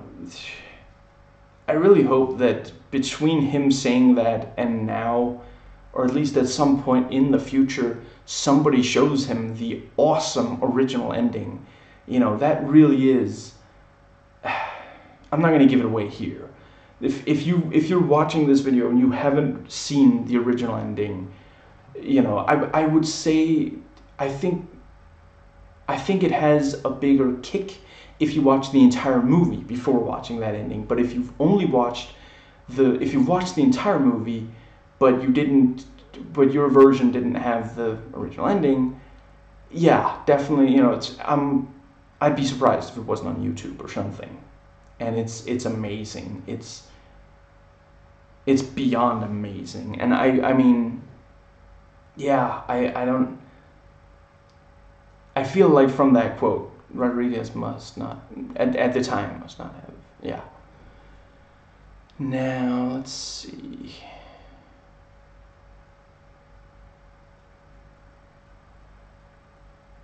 Total body count is 281, which, thumbs up. And, let's see. I guess that, yes, and that brings us to the IMDb fact, the frequently asked questions. And let's see.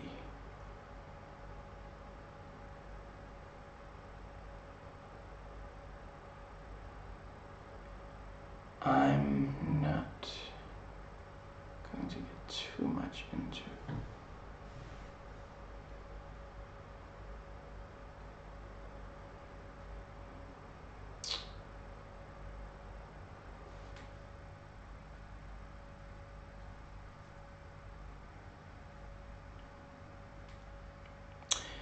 I mean, if there's not really anything I have to comment on.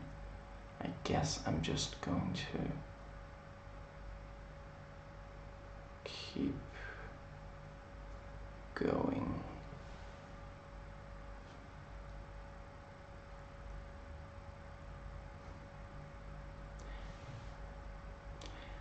As it is right now, at least, as far as I can tell, the IMDb frequently asked questions omits the names in one particular section where they talk about what are the connections between the... Yeah, here we go. How are the From Dusk Till Dawn trilogy, Kill Bill, and Grindhouse connected?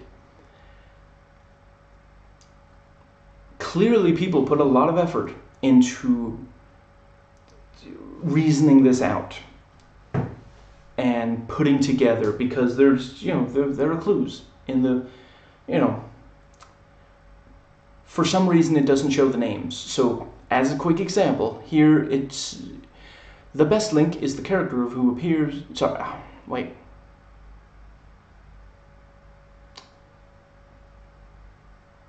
No, yeah, at least some of them, here it just says, dies at the start of From Dusk Till Dawn. Then there is who is, and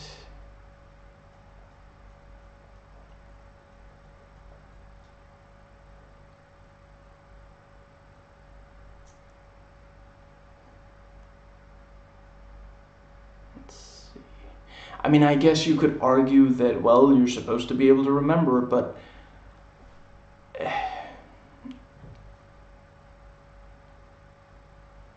here there's some stuff, here there's some stuff about, oh, there's like a reference in From Dusk Till Dawn 2. You don't actually expect me to sit down and watch From Dusk Till Dawn 2 or 3 just to understand this theory about a connected universe, which this freelance question entry goes on to explain, well, I mean, obviously, at the end of the day, it doesn't make any sense, continuity-wise. Just, no. I don't know who... Maybe it was a mistake. Maybe it wasn't supposed to be... Did that page on IMDb used to have, like, spoiler tags to where you had to, like... where you have to, like, point to where it says spoiler to uncover the thing? Because it didn't when I checked, just, I don't know, earlier today, I guess. Yeah, after watching the movie, I checked to see, yeah. Yeah, here we go. Since the world technically ends at the end of Planet Terror, none of this makes sense anyway. Just enjoy the show, folks. I would love to enjoy reading your theory, but it's illegible because you removed all the names. Some of it I can surmise, but not all of it. Let's see. Oh, that's right, the quotes. I was wondering, yeah, we're on page 84 out of 100, and the rest, I think all the rest, is IMDb quotes. And there's 59, and I'm just going to act out the ones that I really want to. Let's see.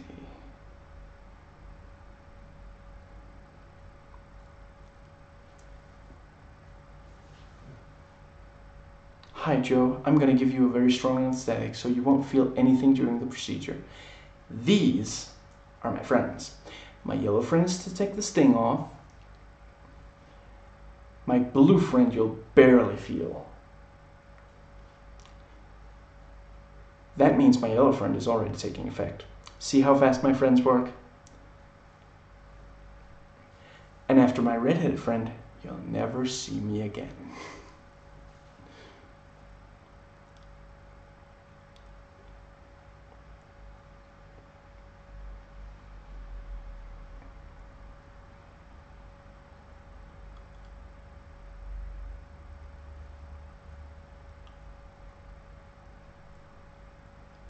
Let's see. Try not to shoot yourselves. Don't shoot each other. But especially, don't shoot me. And then we don't get to see when he is shot. That's, yeah.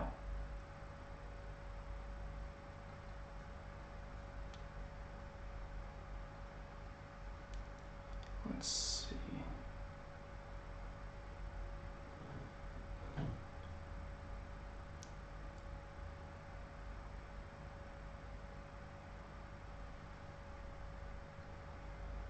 And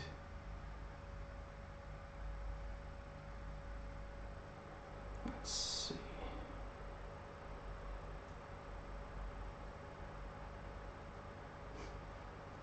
I like the way you say fuck. Good. Fuck you. I'm not even going to try to replicate their delivery.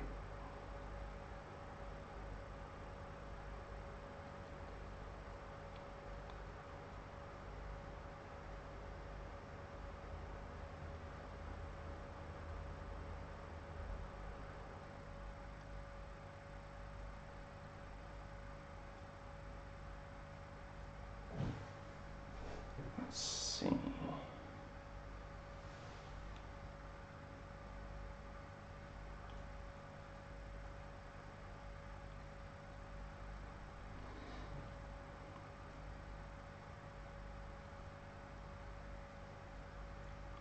It's so messed up with the toothless buddies.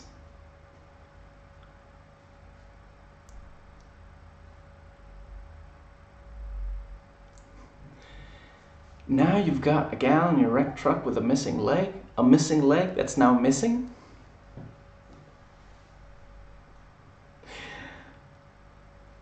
Wow.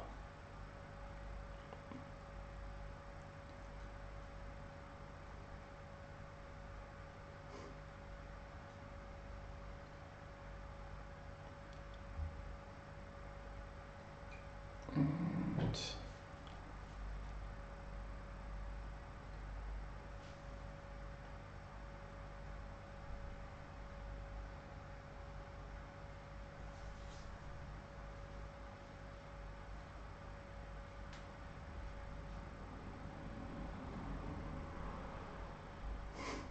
goodbye, Bill. Don't you mean to see you later? Of course.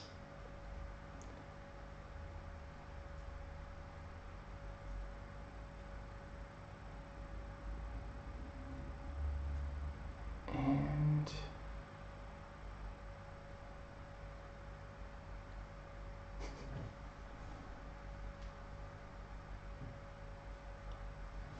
oh yeah, and El Rey is the one who says, go to the ocean. Put your backs to it and protect yourselves there.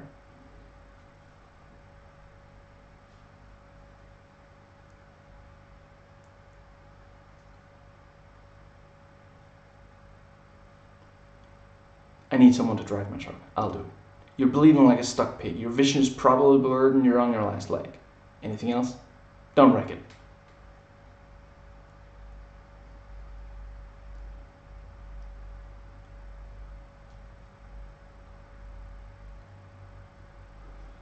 Let's see.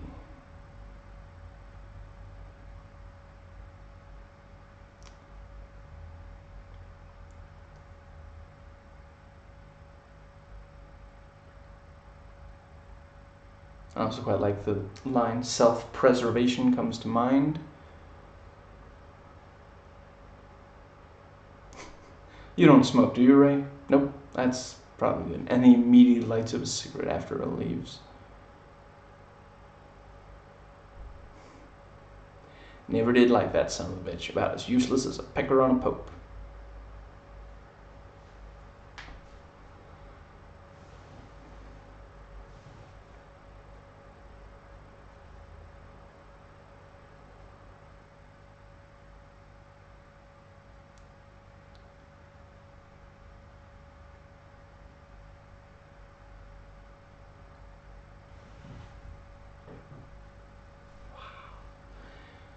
Someone wrote out every line and stage description for the whole, for Abby trying to. Let's see. Yeah, the removing the balls of his incompetent employee. Let's see.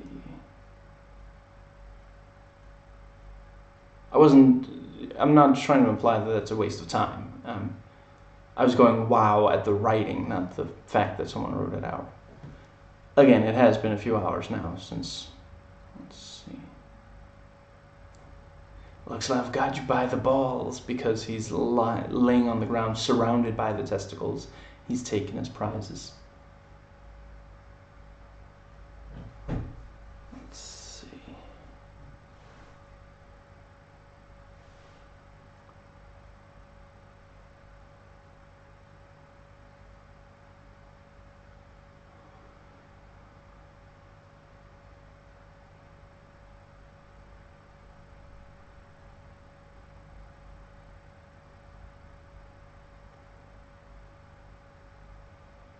And let's see.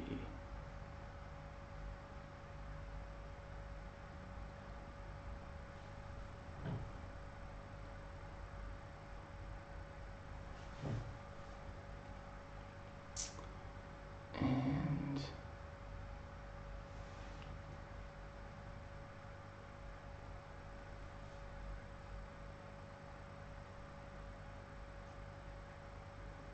let's see.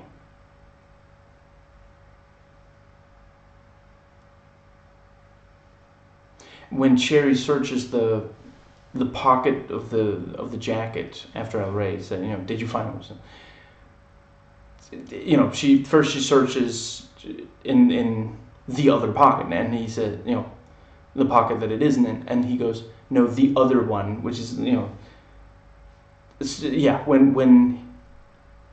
was the pocket, it's no, the other one. When she sits on the motorcycle, he goes, the other way.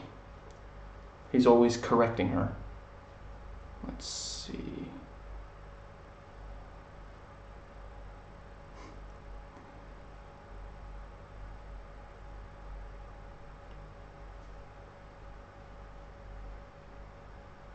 Yeah, the two babysitter twins. One of them says, "Your friend never showed up. We got shit to do. Then start doing it." And she pushes them out the front door. Let's see.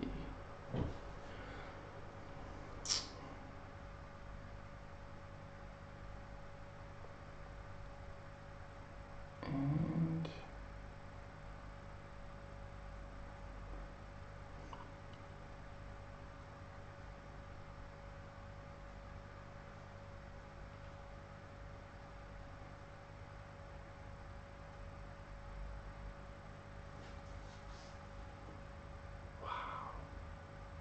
and the recipe sharing scene.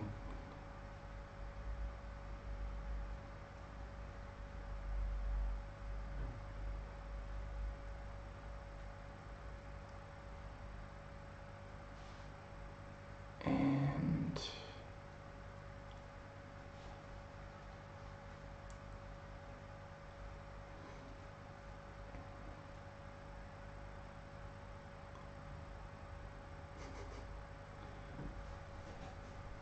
and the babysitter twins both get large pump action shotguns. And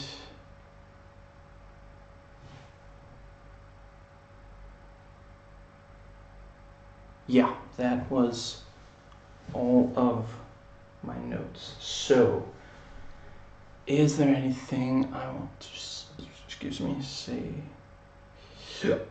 Excuse me, here at the end. I think everyone is perfectly cast, including the people who aren't actors. If at some point Rodriguez does movies specifically that, I guess you could say this already is a movie about Cherry, a movie about El Rey's background, for example. Although maybe it's more interesting not to know. Yeah, maybe. Movie about... Yeah, just, interesting, memorable characters in the movie. And let's see. Oh yeah, just briefly, I do want to acknowledge, they tried to make a video game out of the first From Dusk Till Dawn movie, and I only played the demo, and maybe, I don't know, maybe there's even more than one game, but the demo of that was pretty bad. So I acknowledge that it might turn out bad if they did try to make movies out of these other, you know, I mean, I don't know if there's a Sin City game, but a game that definitely has some of, you know, the Sin City ultraviolence and style, you know, that kind of thing is in Mad World, which is a really, really good game, and I'll admit that if they just made a game just based on Sin City, it might not be. I mean, they're already, you know, some of the Max Payne, yeah, you know, that has some of the stuff with, you know, a guy trying to protect women and such, and yeah, but I think it would be really cool. Maybe it already is, but if the various weapons in this were put in video games, especially in something like Just Cause, where it would really work, it would fit with the overall tone anyway. And I mean, honestly, I would play if they did like a stealth game or something where you had the syringe launcher from Dakota. Actually, I guess that would be similar to some. I'd still like to see it. And yeah, with that, I guess that covers everything. So I didn't even have to take a break, so that's great. And I feel like there's like one more thing, but I'm not entirely sure. I would like to see Rodriguez do more like this. You know, I love Machete Kills, and I do really, you know, I mean, based on the setup for Machete Kills in Space that's in Machete Kills, I do think that Machete Kills in Space has, it could be an incredibly good movie, but other than that, I would like to see him make more movies similar to this. You know, he already made more than one Sin City movie. I realized that with the reception of the second one, we're probably not going to get, if we get a third one, it'll probably be a long time. Let's see. But yeah, a movie similar to this. Did he have anything to do with the other From Dusk Till Dawn movies? I'm not sure. But he did The Show. Is The Show still running? I'm not entirely sure. I might at some point check out the show. I don't watch a lot of current shows. I guess that is it. So yeah, it's a ton of fun, and I do think that it would have made, if there are Red Band trailers, I didn't find them when I did a YouTube search for trailer, you know, Planetara trailer. I don't think I've ever seen a, or actually I guess, certainly I didn't realize it was going to be so gory and so gross, which, yeah, I think I've said everything that I wanted to say. So since if me holding up the cover messes up the autofocus, it's not really going to matter because the video's over anyway. So I want to briefly show, in case you haven't seen the, let's see, I guess the lighting is, yeah, something like that, yeah. Very, very good cover. That's, yeah. If I didn't know anything about the movie at all and I just saw this cover, I would probably, if it was on sale like it was less than $1, I'd definitely buy it. But yeah, that is the entire video. So I hope you enjoyed watching as I enjoyed watching and recording, and I will catch